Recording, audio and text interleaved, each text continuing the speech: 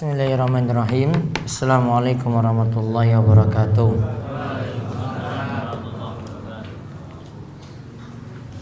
Innal hamdalillah nahmaduhu wa nasta'inuhu wa nastaghfiruh wa na'udzu billahi min shururi anfusina wa min sayyiati a'malina. May yahdihillahu fala mudilla lahu wa may yudlil fala hadiyalah. Wa asyhadu an la ilaha illallah wahdahu la syarikalah wa asyhadu anna Muhammadan abduhu wa rasuluh. Allahumma sholli ala nabiyyina Muhammad wa ala alihi wa man tabi'ahum bi ihsan ila yaumiddin. Allahumma inna nas'aluka ilman nafi'a wa rizqan thayyiba wa amalan mutaqabbala. Puji syukur kita panjatkan pada Allah. Selawat dan salam mugi-mugi tercurah pada junjungan kita Nabi besar Nabi Agung Muhammad sallallahu alaihi wasallam.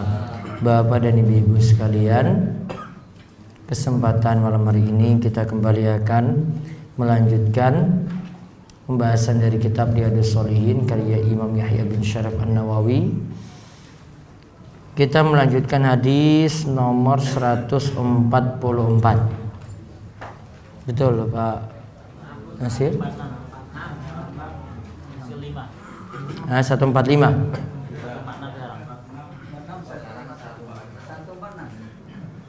Apa perawinya siapa itu? Yang dari Anas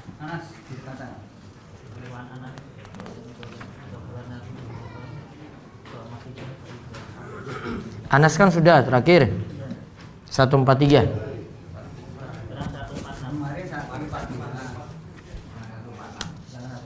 Oh, penomoran hadisnya beda ini. Ya, dibacakan hadisnya.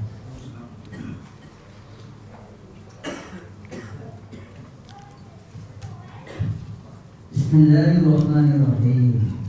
Dari Anas radhiyallahu anhu berkata, Nabi sallallahu alaihi wasallam masuk ke dalam masjid dan beliau melihat tali yang dibentangkan antara dua tiang. Lantas beliau bertanya, tali apakah itu? Para sahabat menjawab, ini adalah kegunaan Zainab. Ia pergunakan tali ini sebagai pegangan bila terasa lelah dalam sholatnya. Nabi bersabda, lepaskanlah tali itu. Hendaklah salah seseorang dari kalian melakukan sholat pada waktu ia sedang semangat, dan jika ia sedang mengantuk hendaklah ia tidur. Muttafaqun alaih. Hadis riwayat Bukhari nomor 1150 dan Muslim 788. Baik, sampai situ ya. Dari Anas radhiyallahu anhu, ia mengatakan Nabi SAW pernah masuk masjid. Fa idza hablun mamdudun bainas sariyatain. Ketika itu ada tali yang dibentangkan antara dua apa sih itu? Tiang. Dua tiang. Baik. Kemudian Nabi SAW tanya, apa tali itu? Kemudian ada yang jawab, hadza hablun li Zainab.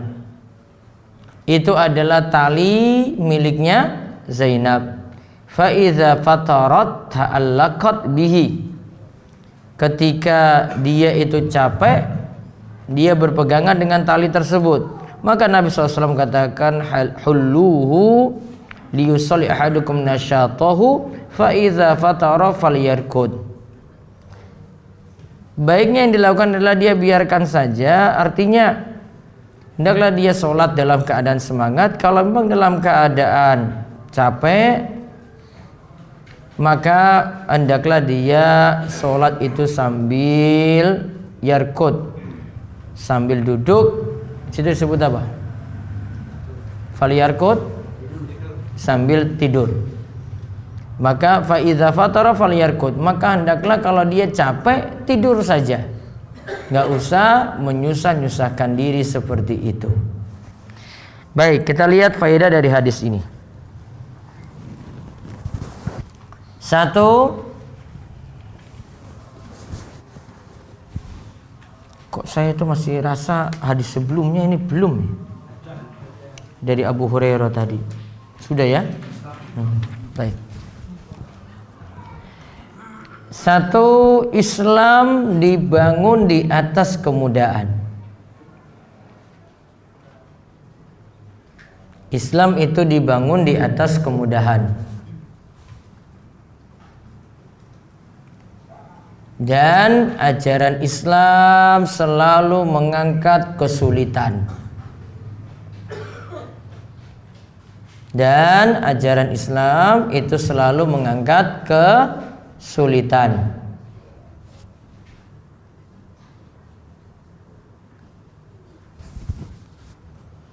Maka berarti kalau kita lihat syariat Islam asalnya mudah, bukan diawali dengan kesusahan terlebih dahulu. Asalnya ajaran Islam itu mudah, baru kemudian dibangun. Kalau kemudahan tadi kita dapati kesulitan, maka kemudahan itu akan diberikan lagi ketika kita itu sulit. Contoh misalnya dalam syariat kita dibangun di sini sesuatu di atas didasarkan pada keyakinan. Yakin itu diambil, bukan yang ragu-ragu. Ragu-ragu itu tidak diperhatikan. Selalu kita memperhatikan yang yakin. Yakin diambil dan tinggalkan yang ragu-ragu. Ada hadis yang mengatakan dari Nabi sallallahu alaihi wasallam, "Da'ma yaribuka ila ma la yaribuk." Dari cucu Nabi sallallahu alaihi wasallam, Hasan bin Ali bin Abi Thalib. Tinggalkan yang meragukanmu, ambil yang tidak meragukanmu. Tinggalkan yang meragukanmu, yang ragu-ragu, dan ambil yang tidak ragu-ragu, alias ambil yang yakin. Kenapa kok tadi saya sebut itu dibangun di atas kemudahan? Karena kalau yang namanya ragu-ragu diperhatikan terus, ibadah kita itu jadi sulit. Ragu-ragu itu diperhatikan terus, ibadah kita itu jadi sulit. Sudah takbir ini, sudah mulai sholat, dia bingung rakaat 3 atau rakaat keempat. Padahal yakinnya dia sudah keempat ini. Namun muncul was-was, ini 3 atau 4. Kalau jenengan itu mikir yang ragu-ragu terus, 3 atau 4 terus, nggak mau ambil yang yakin, maka akan mengulangi sholatnya berulang kali. Kadang juga kita dapati kalau ibadahnya sudah rampung, ibadah sudah selesai, kemudian muncul lagi was-was, wah tadi ini sholat Isya sudah 3 atau 4 ya, padahal sholatnya sudah rampung, sudah selesai. Padahal sholatnya sudah selesai loh ini. Datang keraguan-raguan ketika itu. Maka mana yang dilakukan? Kalau sudah selesai, tinggalkan yang ragu-ragu. Kita nganggap sholat kita sudah sempurna. Yang ragu-ragu tidak diperhatikan. Paham ini? Ya. Yang ragu-ragu tadi tidak diperhatikan.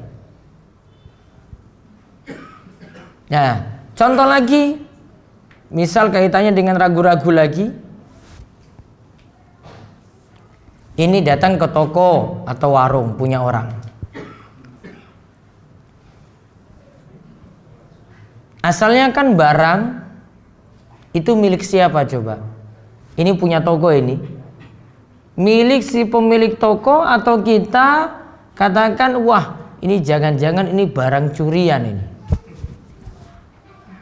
Mana sikap jenengan duluan? Nganggap itu barang miliknya atau langsung kita katakan, wah ini jangan-jangan barang curian ini yang dia jual. Gimana sikap jenengan ini? Kalau masuk di toko langsung suuzon ini barang curian, atau husnuzon terlebih dahulu, yang punya toko itu barangnya berarti husnuzon dulu apa suuzon? Husnuzon. Dan hidupnya jadi susah loh nanti itu kalau langsung sedikit masuk di toko, wah saya ini curiga besar ini barang curian ini. Masuk lagi di toko yang kedua, wah saya juga curiga ini kayaknya dia barangnya ini beli dari sesuatu yang gak benar ini. Coba dibangun dengan kecurigaan, susah sendiri. Maka Islam memberikan kemudahan apa? Anggap dulu itu adalah barangnya. Nggak boleh itu nganggap itu barang milik orang lain. Maka nggak boleh bertanya seperti tadi. Contoh lagi, di warung, apa yang jenengan sikapi dulu? Ini makanannya halal apa haram? Hah? Ini makanannya halal apa haram? Halal. Halal itu yakin? Berarti kalau ada curiga-curiga ini haram, wah ini jangan-jangan ini penyembelian yang nggak benar. Wah ini jangan-jangan ini beli di bahan baku yang orang itu buatnya juga nggak benar. Mana sikapnya terlebih dahulu? Pegang yang tadi halal apa langsung haram? Halal. Sama ini makan roti ini coba. Ini halal dulu apa haram dulu ini? Bapak, sudah habis belum? Jadi kan makan dulu baru mikir halal haram apa? Seleksi dulu ini. Wah saya ini mau cari tahu dulu ini. Saya tanya kepada panitia. Apa sikapnya dulu? Makan dulu kan? Nggak nanya-nanya itu, nggak peduli dia. Sikapnya pasti seperti sudahlah saya makan dulu. Capek-capek tanya panitia. Ini proses pembuatan donat ini seperti apa yo ini? Siapa tahu di sini ada unsur-unsur babi di dalamnya. Gitu berani bilang? Nggak ada yang kayak gitu. Pasti ini habis duluan loh ini. Walaupun nggak ada label-label halalnya di sini, sudah saya yakin. Berarti kita sikapi sendiri sesuatu itu disikapi halal. Nah itu bentuk kemudahan seperti itu, tidak memberatkan kita.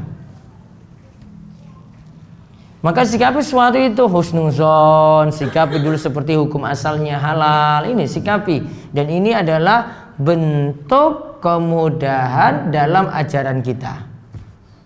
Nah kecuali ada sesuatu datang bukti, oh makanan ini makanan yang bermasalah,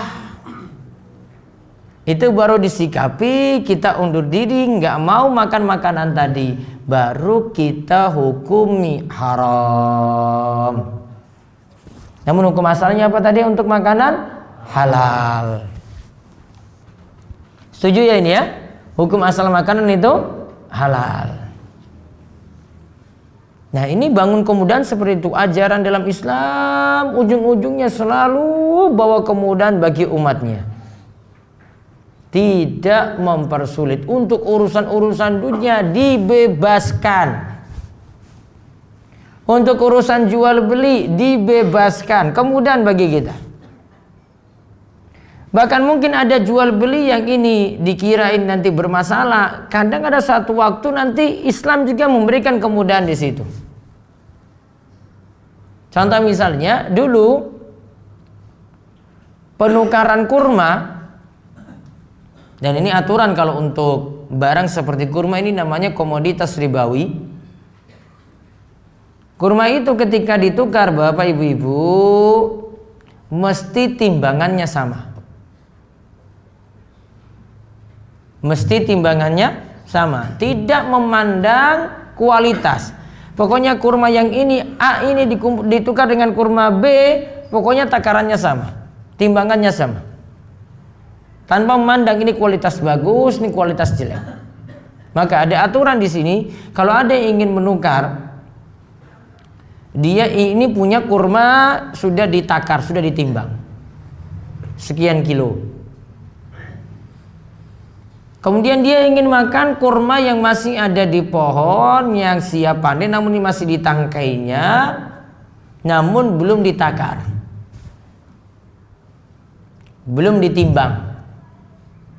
Padahal ini tadi sudah ditimbang, ini misalnya 1 kilo, yang di pohon ini kita kira-kira juga 1 kilo. Namun sebenarnya tidak boleh ditukar. Karena apa? Ada ketidakjelasan. Sampai yang ada di pohon itu diturunkan, dan ini biasanya juga kering, nanti timbangannya juga beda.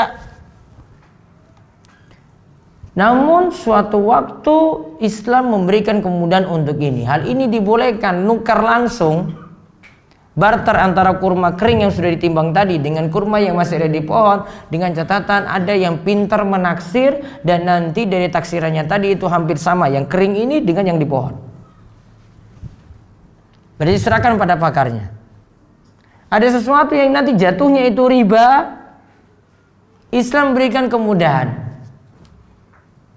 Karena kalau ini tidak diberikan kemudahan, orang akan mendapati kesulitan. Wah, saya nggak akan pernah rasakan rutop kurma basah yang masih ada di pohon. Islam akhirnya memberikan kemudahan. Ini dalam sisi muamalah. Ada kemudahan. Namun apa riba jadi halal kalau gitu? Wah, enggak, ini enggak bahas riba itu halal. Ini tadi ada syarat untuk mengecualikan tadi penukaran kurma satu waktu tertentu, ya, penukaran seperti itu masih dibolehkan. Ada ketentuan-ketentuannya sendiri dalam syariat agama kita. Maka Islam memberikan kemudahan demi kemudahan lagi ketika seseorang itu mendapati kesulitan.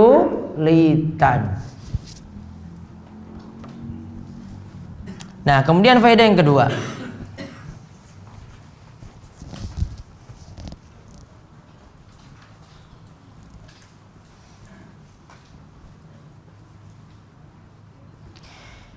Dibolehkan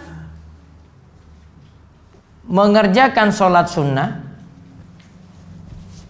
di masjid,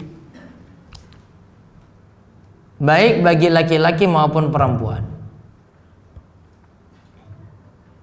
Dibolehkan mengerjakan sholat sunnah di masjid, baik bagi laki-laki maupun perempuan.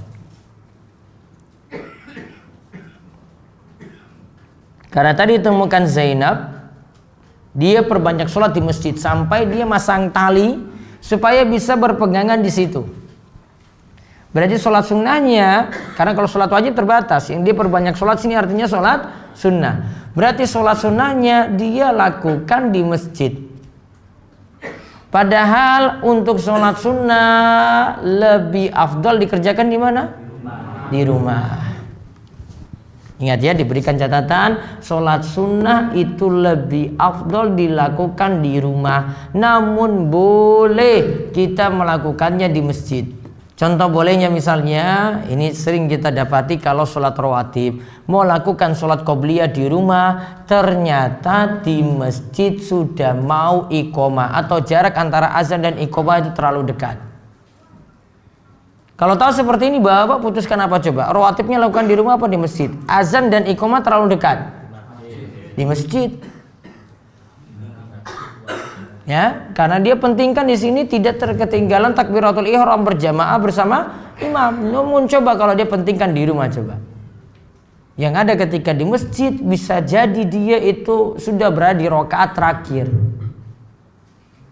Karena ketinggalan dari imam. Maka asalnya sholat sunnah itu di rumah, namun boleh sekali-kali dilakukan di masjid. Namun kalau untuk sholat wajib untuk laki-laki tempatnya di mana? Di masjid. Yang masih belum sadar di masjid, mugi-mugi dapat hidayah. Ya, wangil banget loh ini. Ya, dibiasakan. Ya. Jangan nanti mau pentingkan di masjid nanti pas Ramadan saja. Mulai dari sekarang itu belajar 5 waktu itu di masjid. Dan para ulama itu katakan, kalau jenengan itu, bapak-bapak terutama ya, milih sholat 5 waktu itu di rumah, biasanya diundur-undur waktunya. Iki lagi jam 1 nanggung kosek, ini urung rampung, tunggu lagi jam 2 akhirnya. Tunggu ini masih 1 jam lagi waktu zuhur. Tunggu lagi, coba lihat.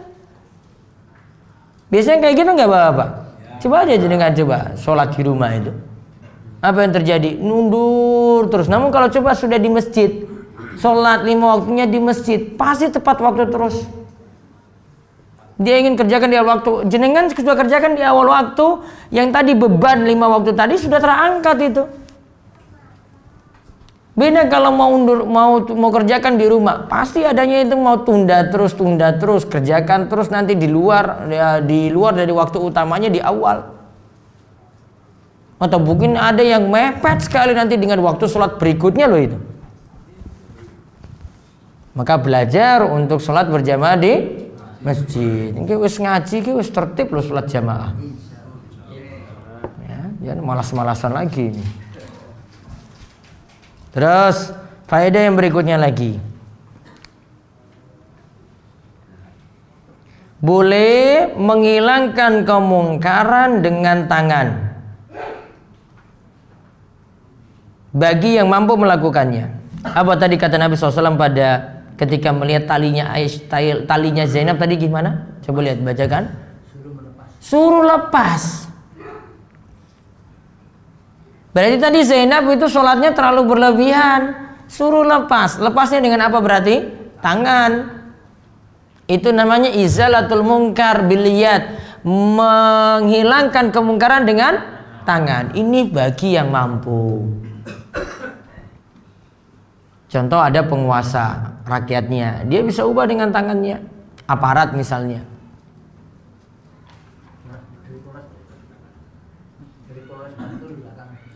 Ya dari polisi lah. Contoh lagi, guru bisa nggak pada muridnya dengan tangannya? Atau jadi kekerasan di situ? Boleh. Ya, untuk mendidik. Sifatnya itu mendidik. Ya. Oh nggak usah mikir-mikir HAM. Anak sekarang terlalu manja. Ya, kadangnya cuma dicubit, kan nggak disuruh pukul sampai pukulan Mike Tyson, ya enggak. Ya. Yang tujuannya mendidik, kadang cuma dicubiti saja, ya. Kadang cuma dipegang telinganya saja. Ya. Sudah tahu seperti itu salah. Anak butuh dididik seperti itu.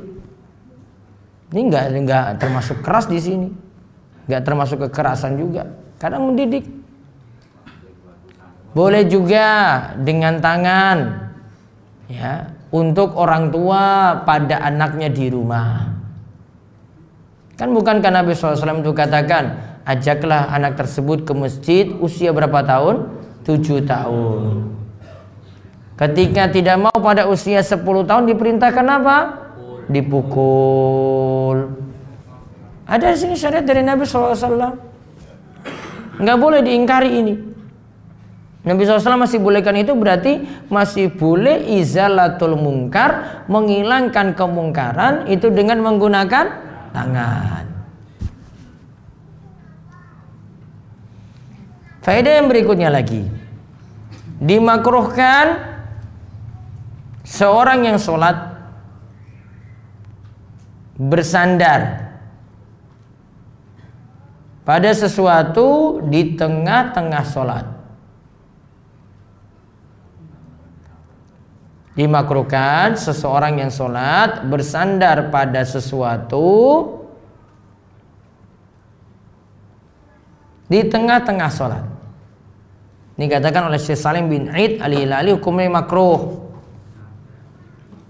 Bersandar atau dia pegangan pada sesuatu, makruh.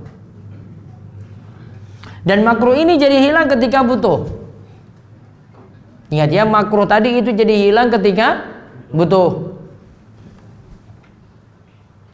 Namun asalnya tidak bersandar, misalnya dengan tembok dia sandar di sampingnya gitu, sholat sambil baca Al-Fatihah, sandaran. Asalnya nggak boleh. Kecuali apa tadi? Ketika butuh. Namun asalnya tidak boleh dilakukan. Terus faedah yang berikutnya lagi, kita didorong supaya bersifat pertengahan dalam ibadah.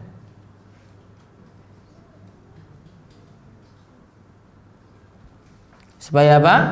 Bersifat pertengahan dalam ibadah, tidak berlebih-lebihan dan tidak meremehkan.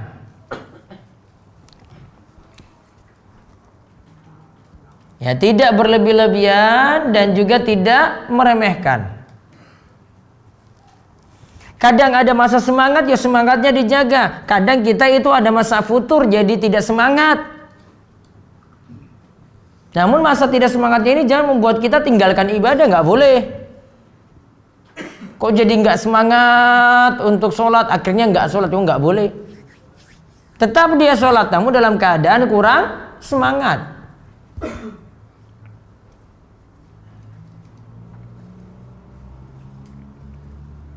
Kemudian faedah yang berikutnya lagi, boleh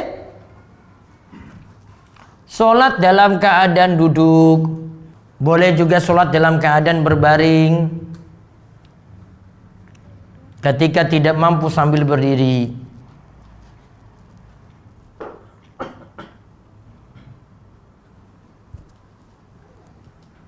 Kemudian faedah yang terakhir untuk hadis ini, mengingkari kemungkaran harus setelah datangnya ilmu. Harus setelah datangnya ilmu.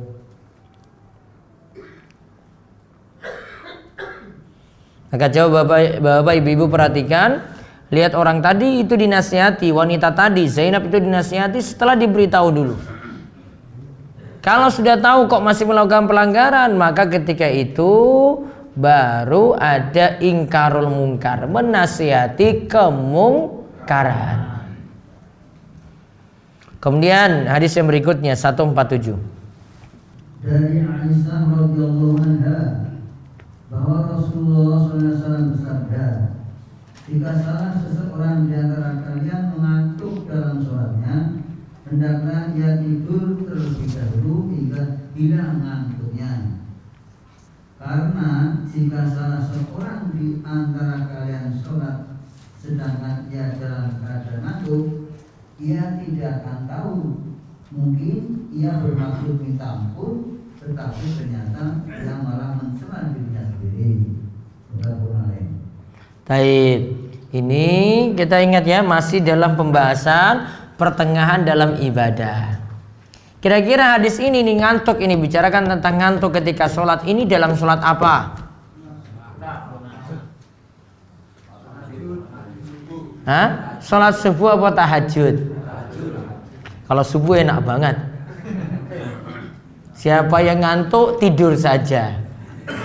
Gitu kan? Iya kan? Ini kan kalimatnya kayak gini, siapa yang ngantuk faliyarku, tidur saja. Oh, berarti nggak subuh.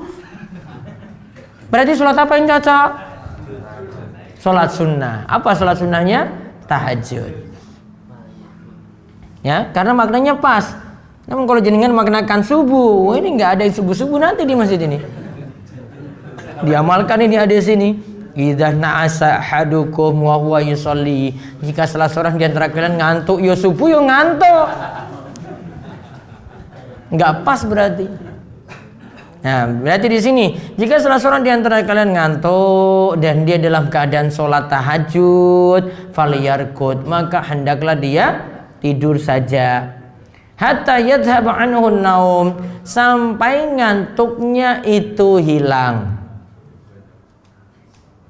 Fa inna ahadakum idza shalla, karena salah seorang di antara kalian jika sholat wa huwa na'isun, sedangkan dia itu dalam keadaan ngantuk, la yadri la allahu yadhhabu yastaghfiru fayasubbu nafsahu. Karena kalau dia dalam keadaan ngantuk, dia tidak tahu. Boleh jadi dia ketika itu malah ucapkan istighfar, mau ucapkan istighfar, ternyata malah mencela dirinya sendiri karena dalam keadaan apa tadi? Ngantuk. Maka ditulis faedahnya. 1, dilarang untuk memaksakan diri dalam ibadah.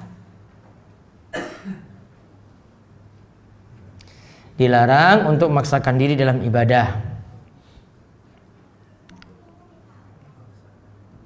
Berarti tadi ya, contohnya tadi ya, sholat tahajud, ngantuk. Jangan paksakan. Karena nantinya sholat tahajudnya jadi sia-sia. Bisa juga keringan subuh.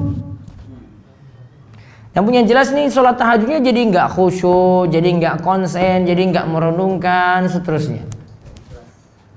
Terus yang kedua, hendaklah bersifat pertengahan dalam melakukan ibadah.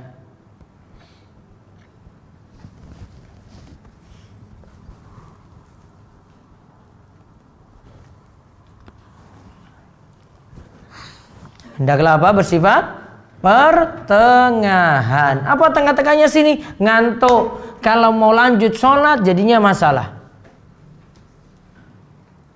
Kalau tidak sholat tahajud ya rugi.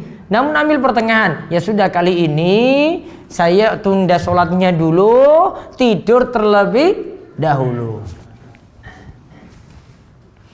Terus faedah yang ketiga,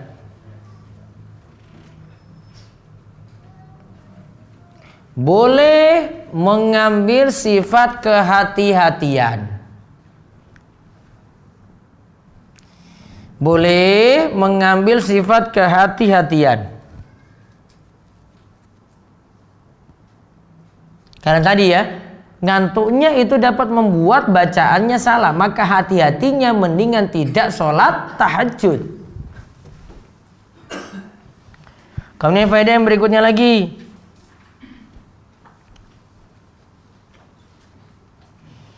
hadis ini menunjukkan wajibnya khusyuk saat sholat. Wajibnya khusyuk dan menghadirkan hati saat sholat.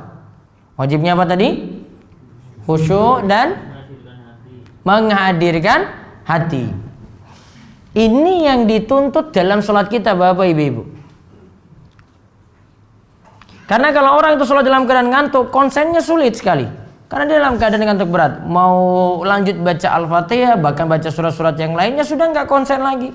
Kadang bingung ini baca iya karena abudu wa iya karena stain, terus diam di situ. Wah, ini lanjutannya apa ya? Diulang lagi Al-Fatihahnya lagi karena ngantuk. Faedah yang lainnya lagi,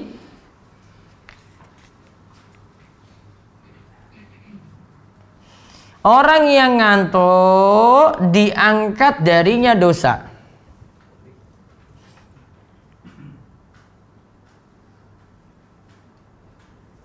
Orang yang ngantuk diangkat darinya itu dosa.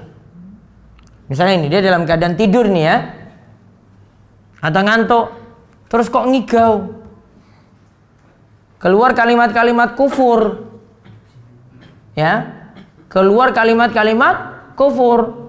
Padahal dia dalam keadaan apa tadi? Ngantuk. Atau bahkan tertidur.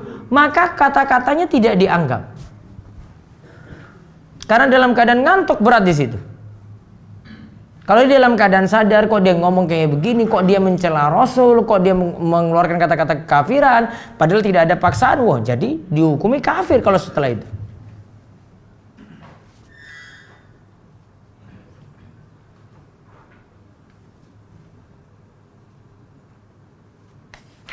Nah, baru kita lihat hadis yang terakhir 148.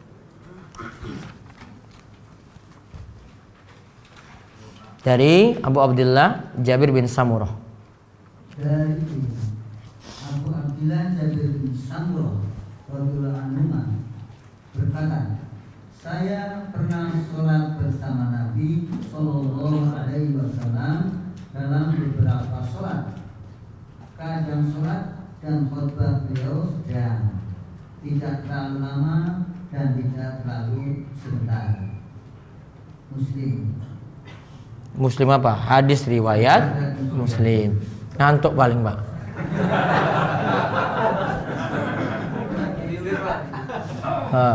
Sudah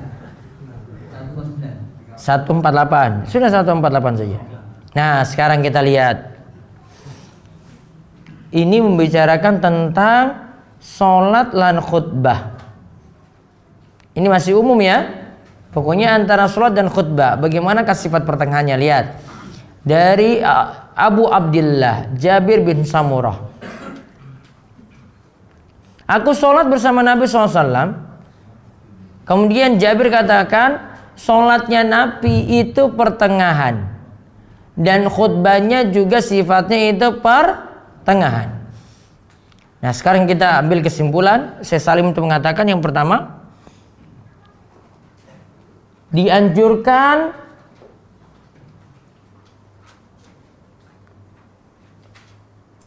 memperingan sholat dan khutbah.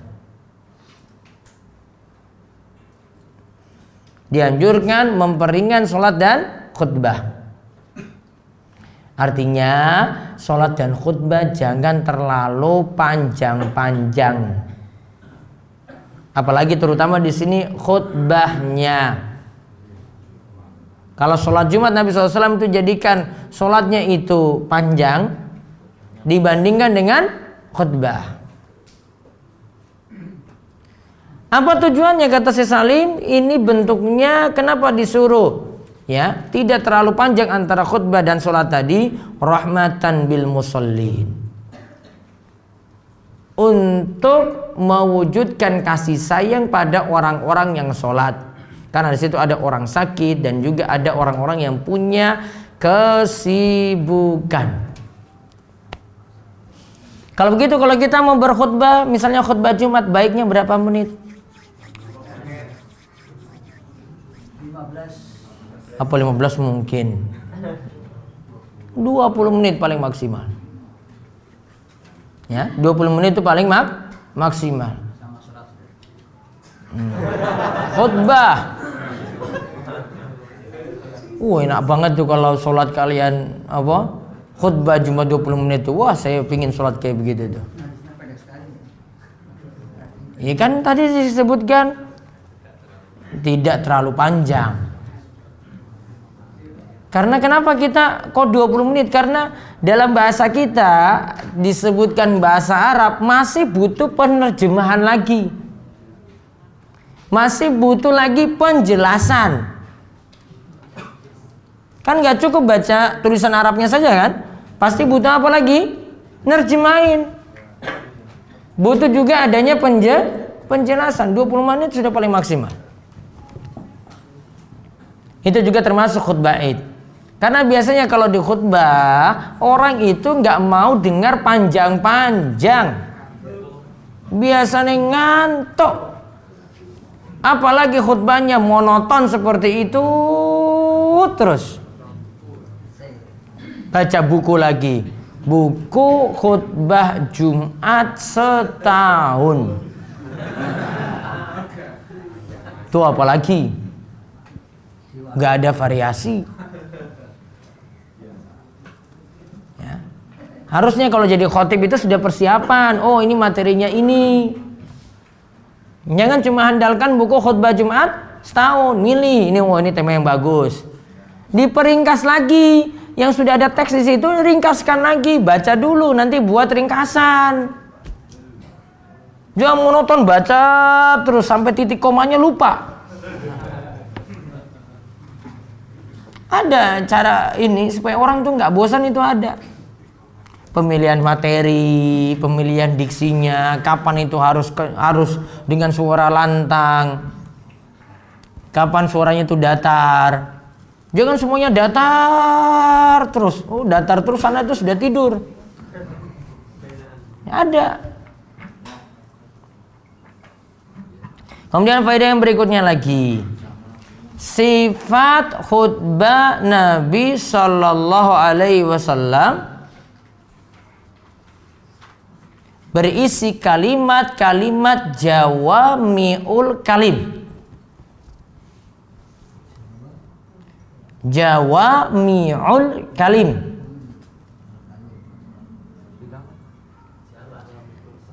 Sifat khutbah Nabi SAW berisi kalimat-kalimat jawami'ul kalim. Apakah arti jawami'ul kalim? Diberikan dalam kurung kalimatnya singkat, padat, dan jelas. Singkat, padat, dan jelas. Kalau sifat kita kalau ngomong itu kalimatnya sudah panjang-panjang, juga nggak jelas. Kelihatan padat juga nggak, terlalu bertele-tele. Harusnya yang tadi yang panjang tadi bisa diringkas lagi, cuma segitu. Dia ngomong itu 1 jam, itu kalau mau disarikan itu sebenarnya cuma 5 menit. Maka kalau ada yang bisa dibuat ringkas. Orang itu kalau khutbah, ya, dia baca ringkas, jamaah senang sekali. Langsung itu masuk. Oh, tadi imamnya itu kayak gini nih ceramahnya. Namun kalau terlalu bertele-tele panjang sekali, nggak ikat, memorinya nggak kuat. Terus faedah yang berikutnya lagi.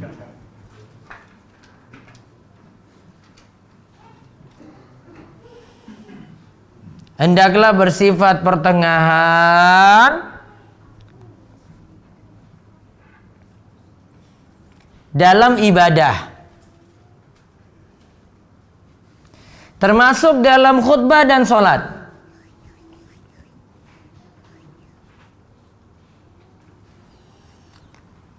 Karena sifat pertengahan membuat ibadah itu langgeng.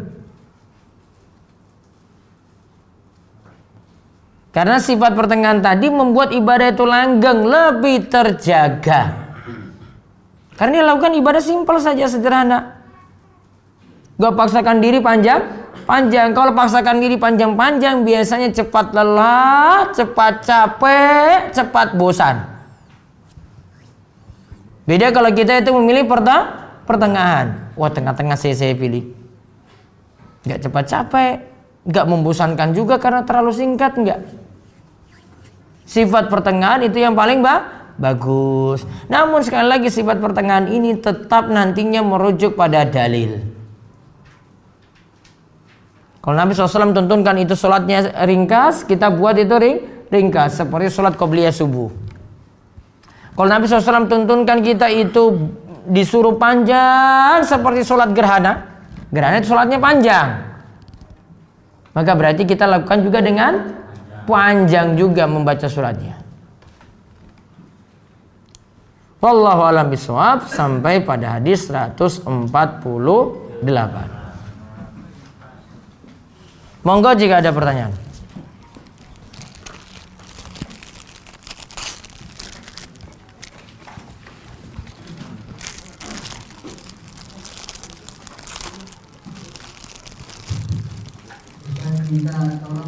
Kita master nanti panjang itu berapa menit, pendek itu dikatakan pendek itu berapa menit. Sandalnya Nabi. Terus panjang pendeknya itu pada bahasanya atau ada gerakannya? Apa ini? Bicara tentang khutbah apa sholat?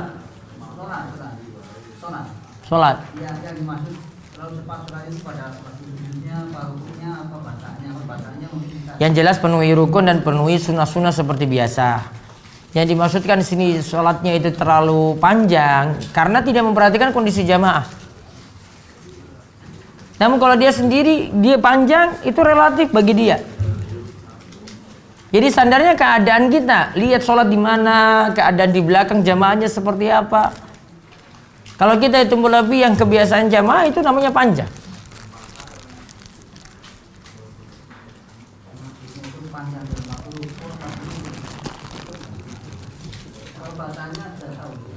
Berarti bacaan suratnya.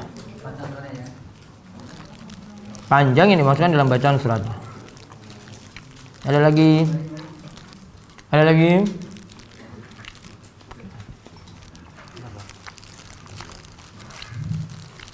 Berkaitan dengan kita berkhusnuzon kepada makanan. Misalnya kita mau jajan di warung dan kebetulan kita mendengar banyak yang cerita bahwa warung itu memiliki penglaris. Nah, apakah kita tetap khusnuzon atau Nggak bisa buktikan ketika masuk warung tadi kalau dikatakan itu banyak penglaris. Lihat aja di masuk pintu. Itu ada benda-benda seperti raja atau jimat nggak yang dipajang. Lihat di dinding. Di dinding itu dipajang apa saja. Tahu seperti itu. Kalau ini kayak gini tidak didapatkan bukti, asalnya makan saja di tempat tersebut. Ya. Jadi datangkan bukti dulu. Di antara buktinya kayak gitu tadi. Kalau nggak dapat bukti kayak gini, oh berarti cuma isu-isu saja. Banyak yang bilang, ini datangkan bukti dulu bilang mereka. Karena nanti kita seuzon pada orang lain. Jatuhkan kehormatannya nggak boleh. Ada lagi?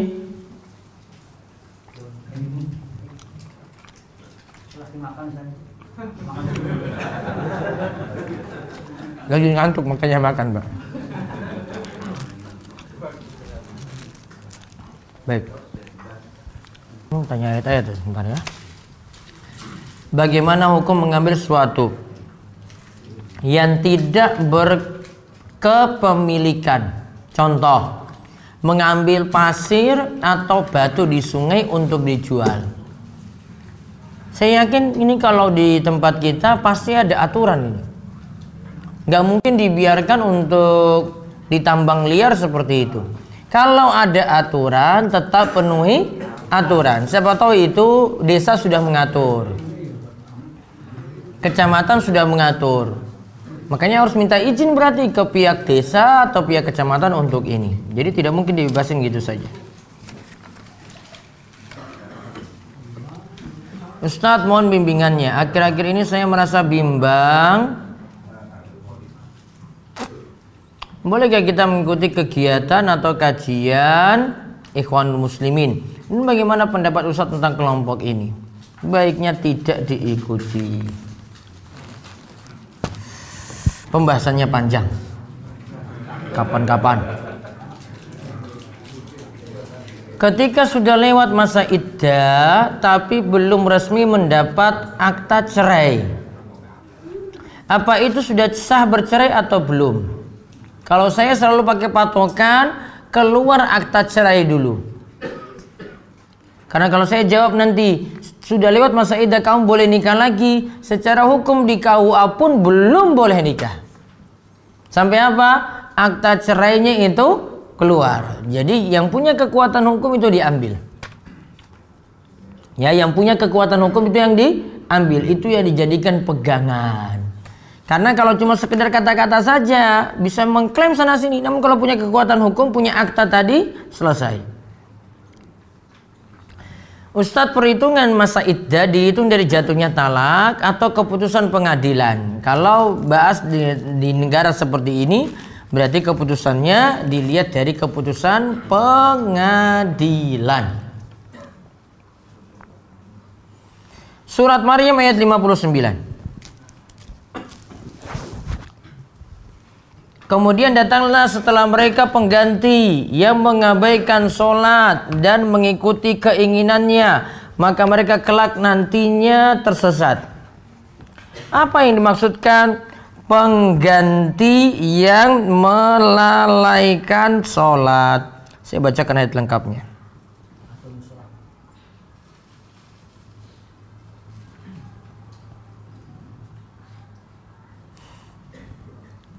Illa man taba wa amana wa amila shaliha faulaika yadkhulunal jannah wa la yuzlamuna syai'a.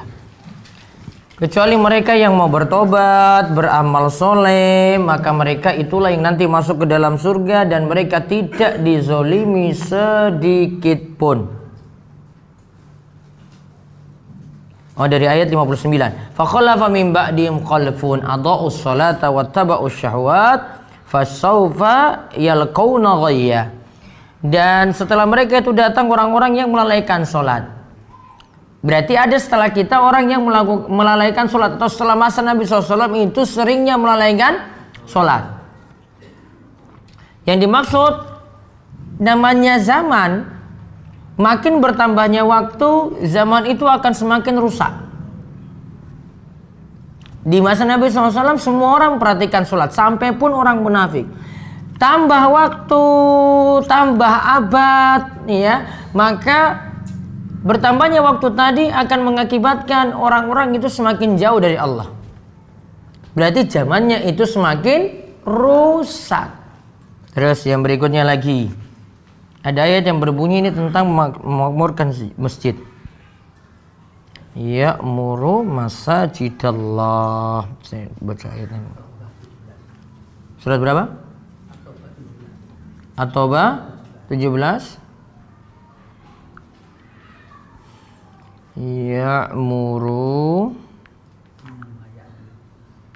masajidallah.